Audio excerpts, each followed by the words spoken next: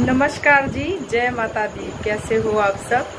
और देखो भी पहले टाइम कितना हुआ है, 5:30 अभी नहीं हुआ है, 5 मिनट बाकी। तो मैं तैयार हो गई हूँ, नहा वहा के झाड़ू पोछा सारा हो गया है। और आज बहुत ज़्यादा दौड़ भाग वाला टाइम है, क्योंकि मैंने 6 बजे कन्याओं को बुलाया हुआ है। आज कन्या पूजन करने का सोचा है और 6 बजे मैंने कन्याओं को बुलाया है और 5:30 हो गए। तो बस अब लग जाना है दौड़ के। तो चलो भाई। और आज क्या होता है, हमारे यहाँ ना खीर पूड़ी बनाई जाती है, तो उसका भोग लगता है और वही चीज़ें फिर कन्याओं को दी जाती हैं। तो आज कैसे होता है हमारे यहाँ कन्या पूजन, इस चीज़ को मैं पूरी तरह आप लोगों के साथ मतलब शेयर करने वाली हूँ। तो चलते हैं। और मैं एकदम रेडी हो गई हूँ। अब बस दौड़ना ही है, क्योंकि आधे घंटे के मतलब पूड़ी और खीर बनाना कोई बहुत बड़ी बात नहीं है, आधे घंटे में इजीली बन जाएगा। लेकिन थोड़ा सा मात्रा ज़्यादा होती है ना, तो इसलिए दिक्कत होगी। तो चलो भाई, मिलती हूँ बाद में आपसे। तो किचन में जाते ही सबसे पहले मैंने जो काम किया वो था कुकर चढ़ाना, और उसमें 2 चम्मच डाले हैं घी, और घी मेल्ट होने के लिए रख दिया है। तो फिर वो जब तक मेल्ट होगा, ये मैंने चावल धुल के तैयार कर लिया और इसको डाल दिया उसी कुकर में। फिर धीरे धीरे से इसको चला देना है, जैसे कि मैं चला रही हूँ, आप देख सकते हो।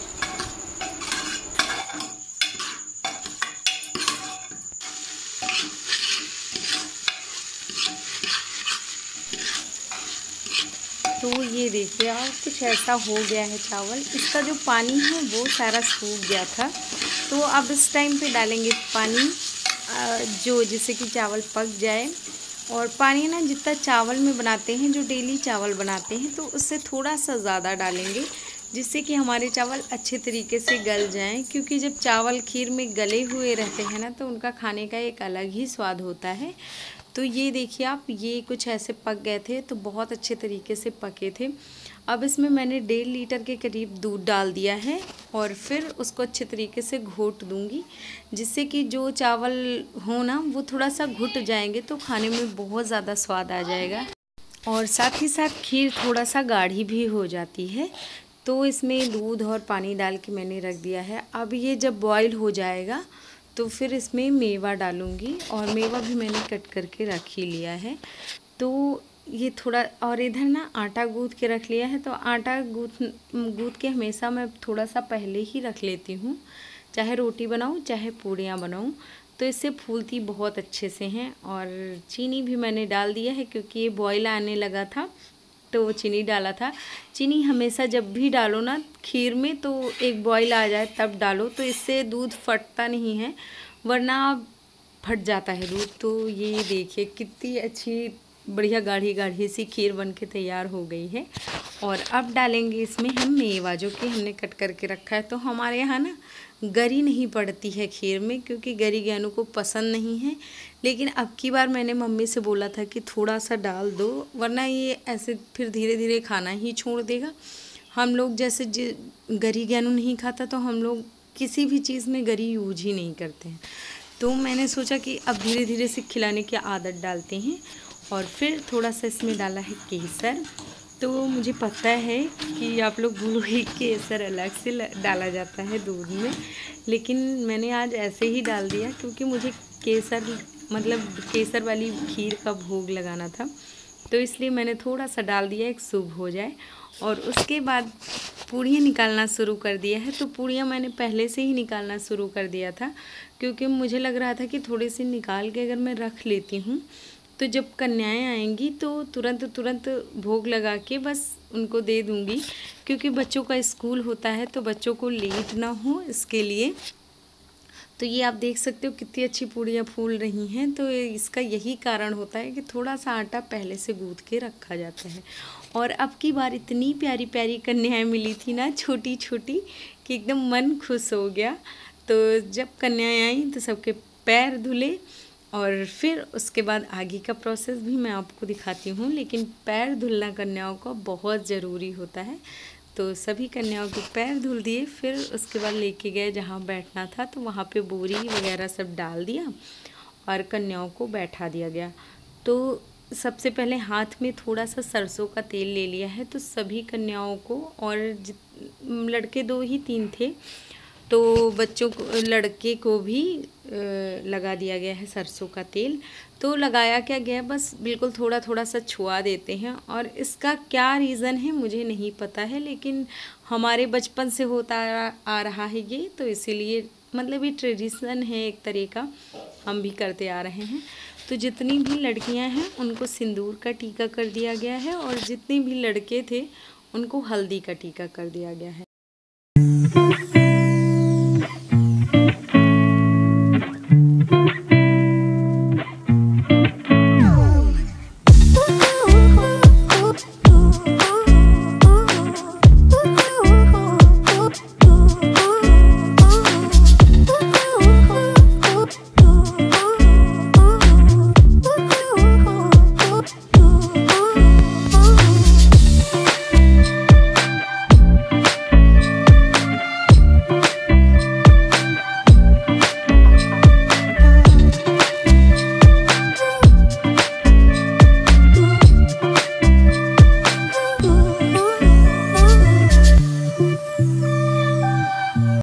फिर उसके बाद ये हवन लेके बैठ गई हूँ मैं, तो हवन और आरती सारी चीज़ें हो जाएंगी।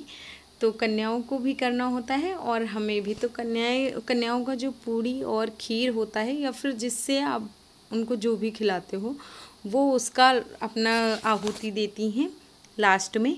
और हम लोग अपना जैसे डेली का हवन करते हैं ना, वैसे कर लेते हैं। तो कन्याओं की आरती कर दिया धूप दीप से, और फिर उसके बाद में ये हवन मैंने कर दिया। अब हम वही चीज़ें देखिए आप कन्याएं भी कर देंगी। फिर उसके बाद खाना पीना होगा।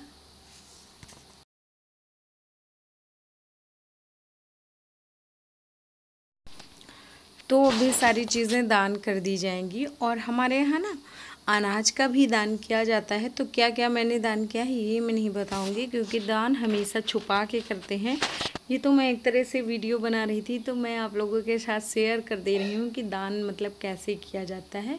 और हमारे यहाँ अनाज का दान होता है, तो इसलिए हम अनाज का करते हैं। आप लोग करते हो अनाज का या फिर नहीं करते हो, ये मुझे ज़रूर बताना कमेंट सेक्शन में। और हाँ, एक चीज़ और, अब की देखो आप कितनी छोटी छोटी कन्याएं मिली। नेक्स्ट मतलब हमेशा ना थोड़ा बड़ी कन्याएं हो जाती थी, लेकिन अब कितनी प्यारी प्यारी कन्याएं हैं छोटी छोटी सी, कि मतलब कुछ चीज़ें होता है जो अच्छा लग जाता है। तो बस बड़ा मतलब दिल को सुकून, बड़ा अच्छा लग रहा था।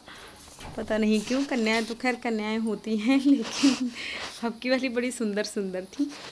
तो और फिर सबको कन्याओं को विदा कर दिया गया, जय माता दी जयकारा लगवाया गया और सब कन्याओं को विदा कर दिया गया। तो अभी मिश्रा जी का मैं टिफ़िन तैयार कर देती हूँ, क्योंकि उनको स्कूल भी जाना है। और जैसा भी कि आप सभी जानते हो, हमारे यहाँ ना इस टाइम पे लहसुन और प्याज नहीं खाया जाता है। तो सिर्फ थोड़ा सा बड़े बड़े मिर्ची काट के मैंने डाल दिया, क्योंकि बड़े मिर्ची इसलिए डाला है कि मुझे तीखा पसंद है, लेकिन ज्ञानू तीखा खाता नहीं है, तो उसके लिए भी हो जाएगा और मेरे लिए भी हो जाएगा। तो उसके वाले से मिर्ची हटा दूँगी। और जब बड़े बड़े खंड कटे रहते हैं ना, तो वो तीखा नहीं होता है। तो आधा टमाटर डाला है, और फिर उसके बाद ये मेथी हींग का तड़का लगा के बड़ी बड़ी मिर्ची डाल दिया गया, टमाटर डाला, नमक डाला, हल्दी डाला। और अब ये देखो टमाटर पूरा अच्छे से गल गया है। तो अब ना डालेंगे इसमें आलू, जो कि मैंने बॉईल करके पहले ही रख लिया। तो मैं कट करके आलू नहीं डालती हूँ जब भी छौंकती हूँ। अगर कोई आता है ना तो उसके लिए बनाना होता है, तो फिर मैं कट करके डालती हूँ, वरना ऐसे ही मैं तोड़ के डालती हूँ। पता नहीं क्यों मुझे अच्छा लगता है, और पता नहीं मतलब इसका कोई लॉजिक नहीं है, या फिर कैसे डालना चाहिए ये भी नहीं है, बस मुझे ऐसे अच्छा लगता है तो मैं ऐसे डालती हूँ। तो पूड़ियाँ अक्सर हमारे यहाँ जब बनती हैं तो ये वाले आलू ज़रूर बनते हैं, क्योंकि सबको पसंद आते हैं। और सबसे ज़्यादा तो ज्ञानू को बहुत ज़्यादा पसंद है। ऐसे वो तीखा नहीं खाता है, लेकिन ये वाले आलू जब भी बनते हैं ना तो वो तीखा भी खा लेता है, थोड़ा बहुत तीखा हो जाता है तो खा लेता है। और फिर कन्याओं को जाने के बाद, मिश्रा जी के जाने के बाद फिर ये मैं साफ़ कर लूँगी, क्योंकि यहाँ पे सब बहुत गेहूँ और पूड़ियाँ वगैरह गिर गई थी। तो आज के दिन फिर हमारे यहाँ झाड़ू नहीं लगाया जाता है कन्याओं को खिलाने के बाद, तो इसलिए मैंने एक कपड़ा ले लिया और उससे पोछा है, तो उसी से फिर पोछा भी नहीं लगाऊंगी, थोड़ा सा बस गीला करके उसी कपड़े से बाद में कर दूंगी। तो इससे क्या होगा कि जो जैसे चटचटी हो जाती है ना, वो भी नहीं रहेगी और साथ ही साथ साफ भी हो जाएगा। तो वीडियो अच्छा लगे और हेल्पफुल लगे तो प्लीज़ लाइक शेयर करना, चैनल पे फर्स्ट टाइम है तो सब्सक्राइब करना। जय माता दी।